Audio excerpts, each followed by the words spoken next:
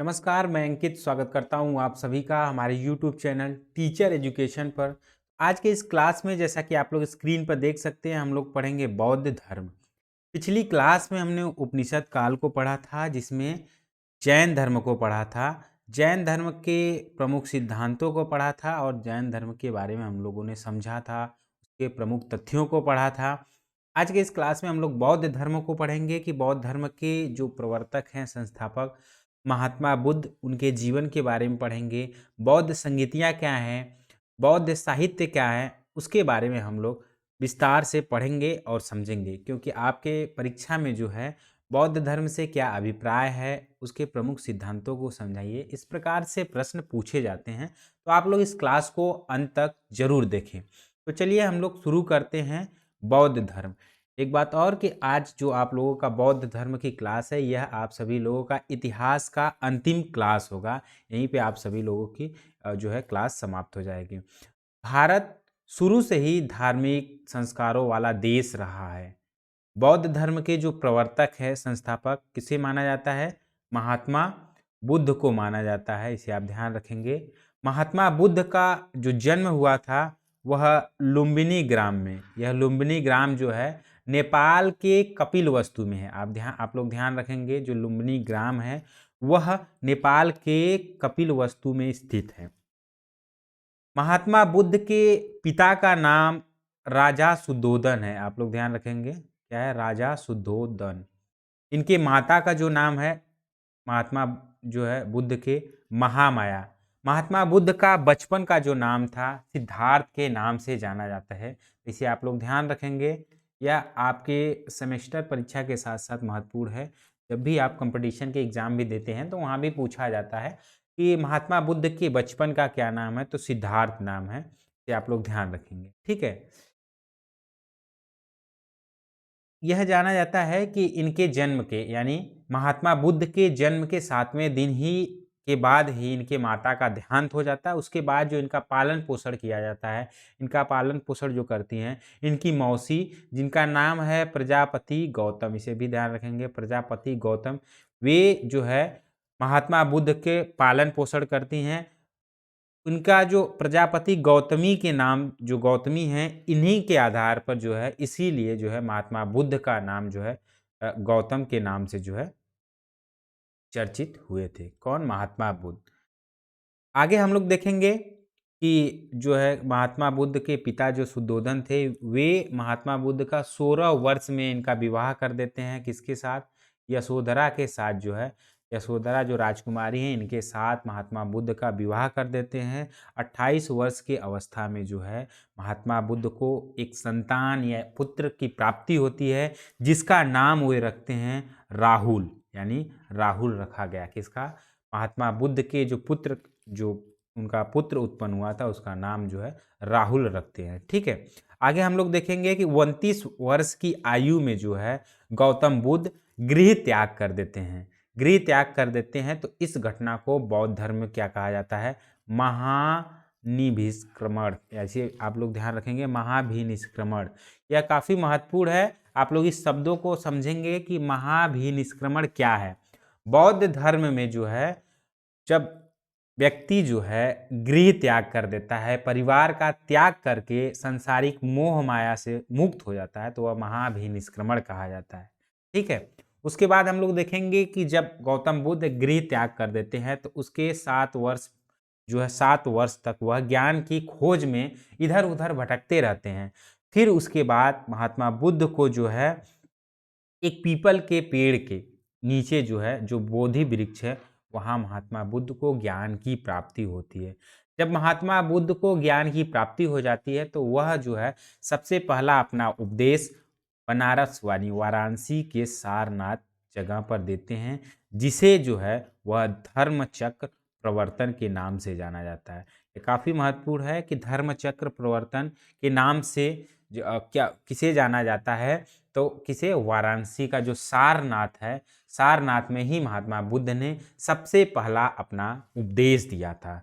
उसके बाद जो है, जब वे ज्ञान की प्राप्ति के बाद महात्मा बुद्ध सबसे पहला अपना उपदेश वाराणसी के सारनाथ में देते हैं, तो उसके बाद भी वह कई राज्यों में भ्रमण करते हैं, जैसे मगध हुआ, कौशल, कौशाम्बी आदि राज्यों में वह भ्रमण करके वहाँ भी उपदेश कौन, महात्मा बुद्ध देते हैं। ठीक है, उसके बाद जो है वह मगध को, यानी जो मगध राज्य है उसको वह अपना प्रमुख केंद्र बनाते हैं, किसका, प्रचार प्रसार का। वहीं पे जो है 80 वर्ष के अवस्था में कुशीनगर में जो है महात्मा बुद्ध का निधन हो जाता है। किसका, महात्मा बुद्ध का निधन जो है 80 वर्ष की अवस्था में कुशीनगर में होता है। और बुद्ध के इस निधन की इस घटना को बौद्ध परंपरा में महापरिनिर्वाण कहा जाता है। ये भी काफ़ी महत्वपूर्ण है। आप लोग दो शब्दों को ध्यान रखेंगे। पहला, जैसा कि अभी हम आप लोगों को बताया, महाभिनिष्क्रमण, जिसे बौद्ध जो साहित्य है या बौद्ध कर्म जो धर्म है उसमें जो है गृह त्याग कर देना, परिवार का त्याग कर देना, सांसारिक मोह माया का त्याग कर देना महाभिनिष्क्रमण कहा जाता है।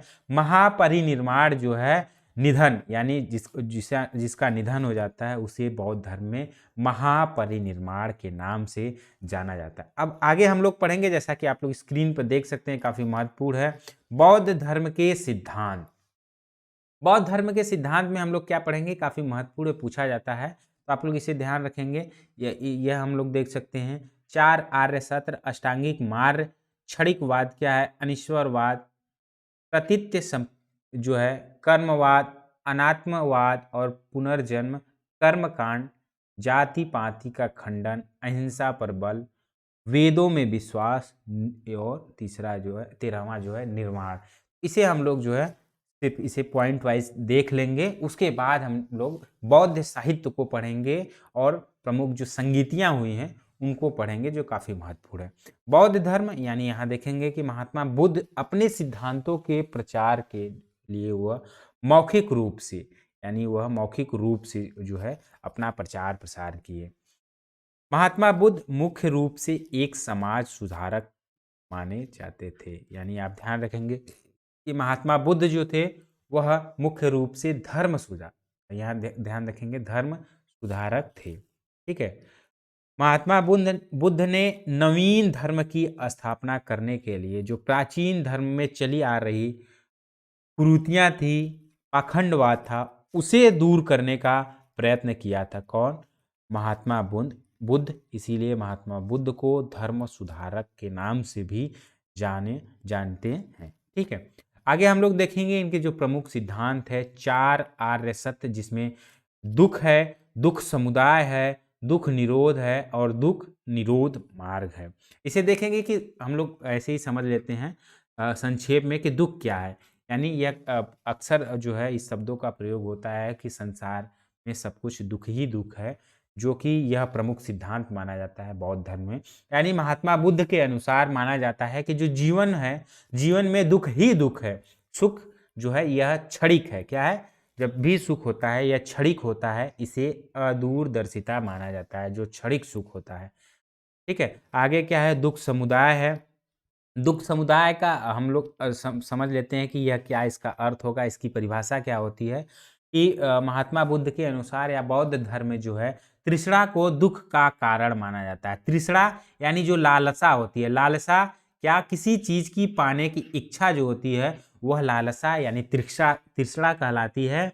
इंद्रियों को जो वस्तुएं प्रिय लगती है, यानी हमारे जो इंद्रियां हैं उसे जो वस्तुएं प्रिय लगती है उनको प्राप्त करने के लिए हमारी लालसा यानी हमारी तृष्णा जो है वह बढ़ जाती है। इसके कारण जो है दुख समुदाय का कारण है। ठीक है, दुख निरोध क्या है कि महात्मा बुद्ध के अनुसार जो है दुखों से मुक्त होने के लिए उनके कारणों का निवारण आवश्यक है, तो यह क्या है, दुख निरोध माना जाता है। दुख निरोध मार्ग क्या है, यानी दुख निरोध मार्ग है कि दुखों से मुक्त होने या निर्माण प्राप्त करने के लिए जो मार्ग हैं वही जो है दुख निरोध मार्ग कराते हैं। इसमें क्या है, अष्टांगिक मार्ग है। यानी अष्टांगिक मार्ग कौन कौन से हैं, जैसा कि हम लोग देख सकते हैं। अष्टांगिक मार्ग में सम्यक दृष्टि आता है। सम्यक दृष्टि जिसकी परिभाषा कह सकते हैं या अर्थ कह सकते हैं कि मिथ्या दृष्टि को त्याग कर, यानी जो झूठ यानी मिथ्या जो दृष्टि है जिससे हम देखते हैं उसको त्याग कर एक नया स्वरूप ध्यान लगाना, सम्यक दृष्टि है। सम्यक संकल्प, सम्यक वाक यानी वाक यहाँ देखेंगे सम्यक कर्मांत, सम्यक माने सत्य कर्म, सत्य जो वाक्य है जिसे बोलते हैं, झूठ नहीं बोलना चाहिए। संकल्प जो होता है वह सही होना चाहिए, सम्यक यानी सत्य संकल्प लें। सम्यक आजीविका यानी जीविकोपार्जन के लिए जो पवित्र रास्ता चुना जाता है वह आजीविका होता है, यानी सत्य आजीविका। सत्य व्यायाम सम्यक व्यायाम हो जाएगा। सम्यक स्मृति, सम्यक समाधि। सम्यक समाधि क्या यानी सम्यक स्मृति, स्मृति को समझेंगे हम लोग कि इसके अंतर्गत जो निरंतर चेतना रहने की आवश्यकता पर बल दी जाती है वह सम्यक स्मृति होगी। सम्यक समाधि यानी जो निर्माण की प्राप्ति होती है वह सम्यक समाधि के अंतर्गत आती है जो है, ठीक है। इसमें 10 सील जो है क्या माना जाता है, 10 सील माना जाता है, जिसमें जो है अंतिम आपका सम्यक समाधि है, जिसमें मनुष्य जो है निर्माण की प्राप्ति कर लेता है, मनुष्य निधन हो जाता है, जिसे बौद्ध धर्म में निर्माण की प्राप्ति कहा जाता है। निर्माण की प्राप्ति से पहले मनुष्य को 10 सील होना चाहिए, यानी 10 सीलों का पालन करना चाहिए, यानी उनकी आचरण में वो शुद्धता होनी चाहिए। कौन कौन सी जो 10 सील है, पहला अहिंसा, यानी व्यक्ति को अहिंसा होना चाहिए, हिंसा के रास्ते का चयन नहीं करना चाहिए। सत्य होना चाहिए, सत्य बोलना चाहिए। अस्तेय होना चाहिए, यानी किसी चीज़ की चोरी नहीं करनी चाहिए। अपरिग्रह होना चाहिए, यानी धन संग्रह नहीं करना चाहिए। ब्रह्मचर्य जीवन का पालन करना चाहिए। नृत्य संगीत का त्याग, सुसंगीत पदार्थों का त्याग, असमय भोजन का त्याग, कोमल शैया का त्याग, कामिनी कंचन का त्याग, यह 10 सील माना जाता है। तो इसे आप ध्यान रखेंगे जब भी ऐसा प्रश्न है 10 सील क्या है, तो ये सभी 10 सील है, जैसा कि अभी हमने आपको बताया। अगला क्षणिकवाद, जैसा कि आप लोग देख सकते हैं, उसके बाद आता है अनिश्वरवाद। अनिश्वरवाद यानी महात्मा बुद्ध अनिश्वरवाद थे, यानी वह जो आध्यात्मिक जीवन है, यानी ईश्वर के अस्तित्व में वह विश्वास नहीं रखते थे, वह भौतिकी चीज़ों में विश्वास रखते थे। जैसे आपका देख सकते हैं कि यहाँ पर हुआ पृथ्वी, वायु, अग्नि, इन सभी चीज़ों में जो भौतिकी चीज़ें थी उस पे जो है अनिश्वरवाद यानी महात्मा बुद्ध विश्वास रखते थे, ठीक है। अगला हम लोग देखेंगे, यहाँ दिया है प्रतित्म सम, सम, समुत्पाद कर्मवाद, यानी महात्मा बुद्ध जो है वह कर्म में विश्वास रखते थे। कर्म यानी यहाँ यज्ञ, पूजा, बलिदान, स्मृति आदि से मनुष्य अपने कर्मों का फल नहीं मिटा सकता था। मनुष्य जैसा कर्म करता था वैसा फल की प्राप्ति होती थी, यह महात्मा बुद्ध जो है कहते हैं। अगला हम लोग देख लेते हैं अनात्मवाद। जैसा कि आप लोग देख सकते हैं, यह प्रमुख सिद्धांत है पुनर्जन्म। पुनर्जन्म यानी ईश्वर और आत्मा के अस्तित्व में विश्वास न होते हुए भी बुद्ध का पुनर्जन्म में विश्वास था, परंतु इस संबंध में उनका विचार है कि पुनर्जन्म आत्मा का नहीं वरन अनित्य अहंकार का होता है। यानी आप लोग ध्यान रखेंगे कि जो गौतम यहाँ महात्मा बुद्ध थे वे पुनर्जन्म में विश्वास रखते थे। अगला हम लोग देखेंगे कर्मकांड और यज्ञ एवं पशु बलि में अविश्वास। जाति पाति का खंडन। महात्मा बुद्ध जो है जाति पाति में विश्वास नहीं, यानी आप ध्यान रखेंगे जो महात्मा बुद्ध थे वह जाति पाति में विश्वास नहीं रखते थे, वे सामाजिक एकता में विश्वास रखते थे। यानी महात्मा बुद्ध जो थे वह एक सामाजिक एकता में विश्वास रखते थे, वह जाति पाति का खंडन करते थे, यानी जाति पाति में विश्वास नहीं रखते थे। अहिंसा पर बल दिया था उन्होंने, यानी ये आप ध्यान रखेंगे काफ़ी महत्वपूर्ण है कि महात्मा बुद्ध जो थे वह अहिंसा पर बल दिए थे। इसे भी आप लोग ध्यान रखेंगे कि मनुष्य को जो है हमेशा मन, वचन और कर्म से किसी जीव को दुख नहीं पहुंचाना चाहिए। यह अहिंसा जो है इस तरीके से मनुष्य को रहना चाहिए, उन्होंने अहिंसा पर बल दिया था, ठीक है।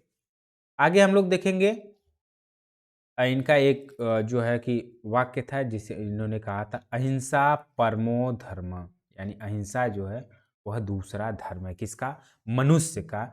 मनुष्य का जो धर्म है वह अहिंसा है कि मनुष्य कभी भी मन से, वचन से, कर्म से किसी भी जीव को, चाहे मनुष्य हो, आप लोग यहाँ ध्यान रखेंगे, चाहे मनुष्य हो, चाहे पशु पक्षी हो, चाहे जीव जंतु हो या पेड़ पौधे हो, किसी को जो है कष्ट नहीं पहुंचाना चाहिए। हमेशा मनुष्य को अहिंसा का पालन करना चाहिए। वेदों में विश्वास, यानी यहाँ देखेंगे इनका प्रमुख एक सिद्धांत है कि महात्मा बुद्ध वेदों को ईश्वरकृत नहीं माना, वे वेदों को अविश्वास प्रकट किया था उन्होंने। कौन? महात्मा बुद्ध ने। 13वां आता है इनका निर्माण की प्राप्ति, यानी लास्ट इनका जो प्रमुख सिद्धांत है निर्माण की प्राप्ति, यानी महात्मा बुद्ध के अनुसार निर्माण वह अवस्था है जिसमें ज्ञान की ज्योति द्वारा अज्ञान रूपी अंधकार समाप्त।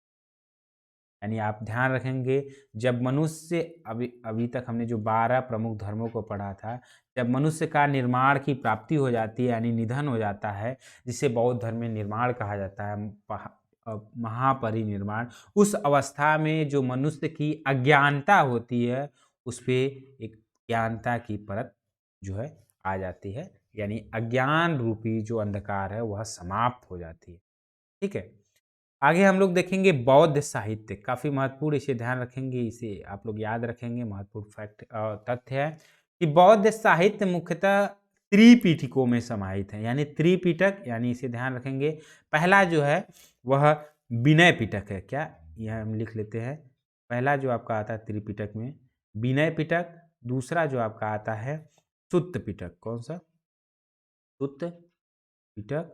और तीसरा जो आपका त्रिपिटक में आता है वह अभिधम्म पिटक, अभिधम्म पिटक। ठीक है, इसे ध्यान रखेंगे, आप लोग याद भी रखेंगे। बौद्ध साहित्य के बारे में अक्सर पूछा जाता है कि वह कौन कौन से बौद्ध साहित्य है जिनके आधार पर हमें बौद्ध धर्म के बारे में पता चलता है कि बौद्ध धर्म क्या है, उसके संस्थापक कौन हैं, और बौद्ध धर्म कहाँ कहाँ तक इसका प्रचार प्रसार हुआ था। बौद्ध साहित्य के जो है उसी के आधार पर, उन्हीं साक्ष्यों के आधार पर हम बौद्ध धर्म के बारे में जान पाते हैं, पढ़ पाते हैं। ठीक है, तो बौद्ध साहित्य जो है इसमें मुख्यतः त्रिपिटक में समाहित है।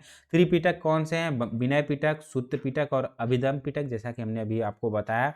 इसके अतिरिक्त भी बौद्ध साहित्य है जिसमें आपका आता है दीपवंश। कौन सा? दीपवंश, महावंश, मिलिंद पन्नो और जातक कथाएं। उसके बाद संस्कृत में कुछ लिखित है। अभी तक आप ध्यान रखेंगे, जो दीपवंश है, महावंश, मिलिंद पन्नो और जातक कथाएं हैं, ये सभी पाली भाषाएं में लिखी है। किसमें? पाली भाषाओं में वर्णित है। उसके बाद संस्कृत भाषाओं में कुछ और बौद्ध साहित्य मिलते हैं जिसमें आता है बुद्ध चरित, सौंदर्यानंद और महाविशाप और बौद्ध साहित्य। यह उच्च कोटि के प्रमुख ग्रंथ माने जाते हैं।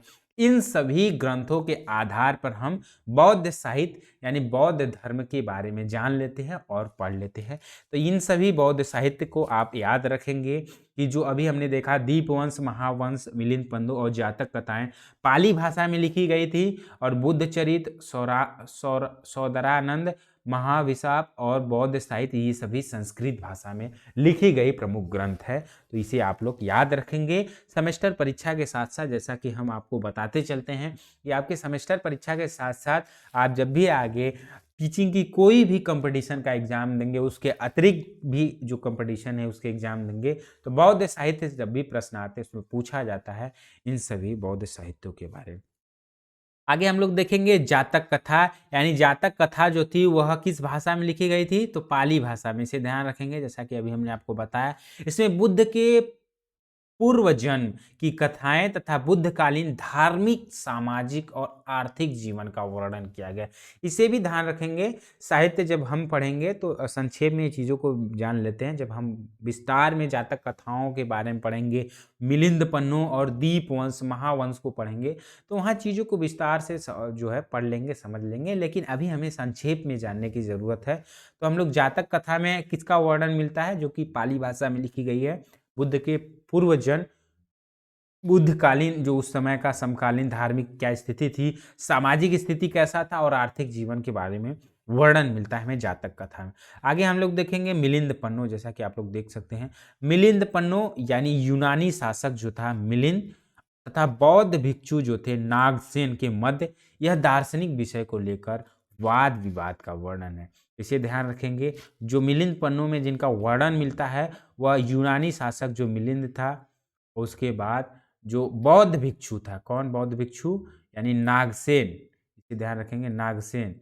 नागसेन के मध्य जो वाद विवाद हुआ था उसके बारे में वर्णन हमें मिलता है। अगला हम लोग देखेंगे दीपवंश। जैसा कि आप लोग यहाँ देख सकते हैं दीपवंश। दीपवंश और महावंश में जो है तत्कालीन सामाजिक, धार्मिक, राजनैतिक दशा, आप लोग ध्यान रखेंगे इसका राजनैतिक दशा तथा श्रीलंका के राजवंशों का वर्णन मिलता है। ये दोनों जो बौद्ध साहित्य है यह श्रीलंका में रची गई थी, यानी इसका रचना जो हुआ था वह श्रीलंका में की गई थी। ये दोनों जो बौद्ध साहित्य है दीपवंश और महावंश किस भाषा में लिखी गई थी, तो पाली भाषा में लिखी गई थी। यहाँ आप देख सकते हैं और समझ सकते हैं। ठीक है, आगे हम लोग देख सकते हैं हीनयान और महायान। जैसा कि आप लोग स्क्रीन पर देख रहे हैं हीनयान को हम लोग पढ़ेंगे। हीनयान यानी हीनयान के अर्थ को समझ जाएंगे और महायान के, जैसा कि हीनयान को जब हम दो भागों में विभाजित करेंगे तो क्या होगा, हीन, हीन माने हीन का जो अर्थ होता है वह निम्न यानी नीचा होता है, निम्न। और यान का जो अर्थ होता है यान, यान का अर्थ क्या होता है, मार्ग। यान को क्या कहते हैं, मार्ग, यानी निम्न मार्ग जो है वह हीनयान उसका अर्थ हुआ। और महायान यानी महा का जो अर्थ होगा उत्कृष्ट या महान, क्या होता है, उत्कृष्ट, बड़ा या महान। और यान का जो अर्थ होता है जो मार्ग यानी उत्कृष्ट मार्ग जो है महायान, और निम्न मार्ग जो है वह हीनयान। और महायान के जो प्रवर्तक माने जाते हैं इसे भी आप ध्यान रखेंगे, नागार्जुन को महायान संप्रदाय का प्रवर्तक माना जाता है। आगे हम लोग महत्वपूर्ण तथ्य पढ़ेंगे बौद्ध संगीति, काफी महत्वपूर्ण है। बौद्ध संगीति यानी बौद्ध धर्म के समय में जो संगीतियां हुई थी, संगीतियां यानी संगीति का अर्थ क्या है, आप लोग ध्यान रखेंगे, वार्तालाप, क्या होता है, वार्तालाप, बातचीत या जो सभाएं, इसे भी कह सकते हैं जो सभाएं, यानी जो हम लोग क्या कहते हैं सभाएं जो हुआ करता है, यह संगीति यानी बौद्ध धर्म में इसे संगीतियां कहा जाता है। जो बौद्ध भिक्षुओं द्वारा जो एक साथ बैठकर जो सभाएं की जाती थी, वार्तालाप किया जाता था, बातचीत की जाती थी, उन्हें संगीति कहा जाता है। किसमें, बौद्ध धर्म में, इसीलिए इसे बौद्ध संगीति के नाम से जाना जाता है। बौद्ध धर्म में 4 संगीतियां हुई थी, कौन कौन सा, प्रथम बौद्ध संगीति, द्वितीय बौद्ध संगीति, तृतीय बौद्ध संगीति और चतुर्थ बौद्ध संगीति। तो एक एक संगीतियों के बारे में हम लोग समझेंगे कि प्रथम बौद्ध संगीति किसके शासन काल में किस स्थान पे हुआ था, ये आपके एग्जाम के लिए बहुत इंपॉर्टेंट है, इसे समझेंगे। यानी जब महात्मा बुद्ध का निर्माण हो गया, उस निर्माण के प्राप्ति के बाद, महात्मा बुद्ध के निर्माण की प्राप्ति के बाद अजात शत्रु के शासन काल में, किसके, अजात शत्रु के शासन काल में राजगृह में प्रथम बौद्ध संगीति हुई थी। यह काफी महत्वपूर्ण है। प्रथम बौद्ध संगीति का आयोजन किया गया था। द्वितीय बौद्ध संगीति का आयोजन कब किया था और क्यों किया गया था, इसके बारे में समझेंगे। यानी महात्मा बुद्ध के निर्माण प्राप्ति के 100 वर्ष बाद जो बौद्ध भिक्षु थे, उन बौद्ध भिक्षुओं के बीच में आपसी मतभेद पैदा हो गया था। उन सभी मतभेदों को दूर करने के लिए जो बौद्ध भिक्षु थे उन्हें द्वितीय संगीति करना पड़ा। वह द्वितीय संगीति किसके शासनकाल में हुई थी, कालाशोक के समय में, वैशाली में हुआ था। किस समय, वैशाली में आयोजित किया गया था। तो इसे ध्यान रखेंगे कि द्वितीय बौद्ध संगीति क्यों की गई थी, यानी जब बौद्ध भिक्षुओं में आपसी मतभेद हो गया था, उन मतभेद को दूर करने के लिए द्वितीय बौद्ध संगीति हुई थी। कालाशोक के शासन काल में वैशाली में आयोजित किया गया था। ठीक है, अगला हम लोग देखेंगे तृतीय बौद्ध संगीति। यानी तृतीय बौद्ध संगीति का जो आयोजन किया गया था, जो मौर्यवंशी सम्राट था, शासक था, इसे अशोक के शासनकाल में पाटलिपुत्र में हुआ था। किस समय, किस स्थान पे, पाटलिपुत्र में। और चौथी जो बौद्ध संगीति का आयोजन किया गया था वह कनिष्क के शासनकाल में, किसके, कनिष्क के शासनकाल में, कुंडलवन, यानी कश्मीर में एक जगह है कुंडलवन, वहाँ पर यह बौद्ध संगीति आयोजित की गई थी। चतुर्थ बौद्ध संगीति के जो अध्यक्षता कर रहे थे, जो अध्यक्ष थे वह वसुमित्र थे। कौन से थे, वसुमित्र थे। ये इन्होंने चतुर्थ बौद्ध संगीति की अध्यक्षता की थी। आगे हम लोग देखेंगे बौद्ध धर्म की उन्नति अथवा प्रसार, बौद्ध धर्म का प्रचार प्रसार किस प्रकार हुआ, कैसे इनके बौद्ध धर्म की उन्नति हुई। जब महात्मा बुद्ध के प्रयासों से जो बौद्ध धर्म था वह काफ़ी फला फूला और सभी जगह सर्वत्र प्रचलित हो गया, पूरे देश में प्रचलित हो गया। बौद्ध का व्यक्तित्व जो है इसका प्रमुख कारण है कि अब जो है इसका प्रचार हुआ, प्रसार हुआ, आप ध्यान रखेंगे, उन्नति हुई, सिद्धांतों की सरलता एवं व्यावहारिकता से उन्नति हुई, सामाजिक समानता, यानी बुद्ध का जो व्यक्तित्व था वह गुण सहनशील था, क्षमा, दया, स्नेह, करुणा आदि के थे। वह प्रभावशाली उपदेश देते थे और सरलता उनके में थी, इसलिए जो है उन्नति हुई। सिद्धांतों की सरलता एवं व्यावहारिकता से हुई। सामाजिक समानता, अब ध्यान रखेंगे कि बुद्ध ने जाति पाति का विरोध करके वह सामाजिक सुधार चाहते थे, यानी समाज में एक समानता, नैतिकता और स्वतंत्रता पर विशेष बल दिया था। इसीलिए बौद्ध का उन्नति हुआ, बौद्ध धर्म का उन्नति हुआ। बौद्ध धर्म का लचीलापन, यानी आप ध्यान रखेंगे ब्राह्मण धर्म की तुलना में जो बौद्ध धर्म था अत्यंत लचीला था, यानी परिस्थितियों के अनुसार वह परिवर्तन भी संभव था। यानी बौद्ध धर्म जो था वह समाज में, धर्म में वह परिवर्तन चाहता था। किस प्रकार? बहुत ही अत्यंत लचीले ढंग से। ठीक है, अगला है लोक भाषा और रोचक शैली, मठों की स्थापना, यानी बुद्ध ने बौद्ध धर्म की उन्नति के लिए मठों की स्थापना की, जिसमें उनके बौद्ध भिक्षु रहकर बौद्ध धर्म का प्रचार प्रसार का कार्य जो है बहुत ही सरलता से किया करते थे। ठीक है, अगला है राजकीय संरक्षण। क्या था अगला? राजकीय संरक्षण जो है यह बौद्ध धर्म की उन्नति में काफी महत्वपूर्ण भूमिका निभाती है। ठीक है, बौद्ध धर्म की अनेक राजाओं, बिंबिसार, प्रसेनजीत, प्रद्योत, अशोक, कनिष्क, मिलिंद, हर्ष आदि राजकीय प्रश्रय प्राप्त था, यानी जो राजा थे इन सभी राजाओं का समर्थन था, प्रश्रय मिलता था। ठीक है, तो इसे हम देखते हैं। अगला देख लेते हैं, यहाँ जैसा कि आप लोग स्क्रीन पर देख रहे हैं, बौद्ध धर्म के पतन का कारण। ही इसके जान लेते हैं कि अभी बौद्ध धर्म की उन्नति का हम लोग देखें, उन्नति का कारण क्या था। बौद्ध धर्म के पतन के कारण को भी देख लेते हैं कि बौद्ध धर्म यानी भारत के जो है, आप ध्यान रखेंगे ईठी दिया है यहाँ, आप देख लेंगे कि जो गुप्त शासक थे भारत में, उनके उत्थान तक बौद्ध धर्म में निरंतर उन्नति की गई, परंतु गुप्त शासकों के काल में यह धर्म की पतन की ओर अग्रसर हुआ। इनके पतन के कारण क्या है प्रमुख, उसे हम लोग देख लेते हैं। यहाँ है बौद्ध धर्म में भ्रष्टाचार पनपना, हिंदू धर्म में सुधार, आंतरिक मतभेद, राजकीय संरक्षण का अंत, विदेशी आक्रमण और राजपूतों का उत्कर्ष, यह बौद्ध धर्म के पतन का प्रमुख कारण माना जाता है। आगे हम लोग देख लेंगे कि आपके सेमेस्टर एग्जाम में किस प्रकार से प्रश्न पूछे जाते हैं। जैन धर्म से आप क्या समझते हैं, जैसा कि हमने आपको पिछली क्लास में बताया और पढ़ाया।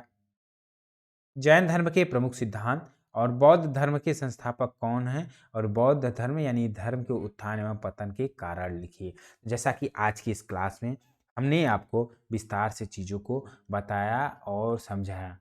तो आज की क्लास इतना ही। हम उम्मीद करते हैं कि आप सभी लोगों को आज के इस क्लास में जो बौद्ध धर्म हमने पढ़ा था कि बौद्ध धर्म क्या है, बौद्ध धर्म के संस्थापक कौन है, संगीतियाँ क्या है, साहित्य क्या है, पतन और उत्थान के कारण क्या है, उनके बारे में हमने विस्तार से पढ़ा और समझा।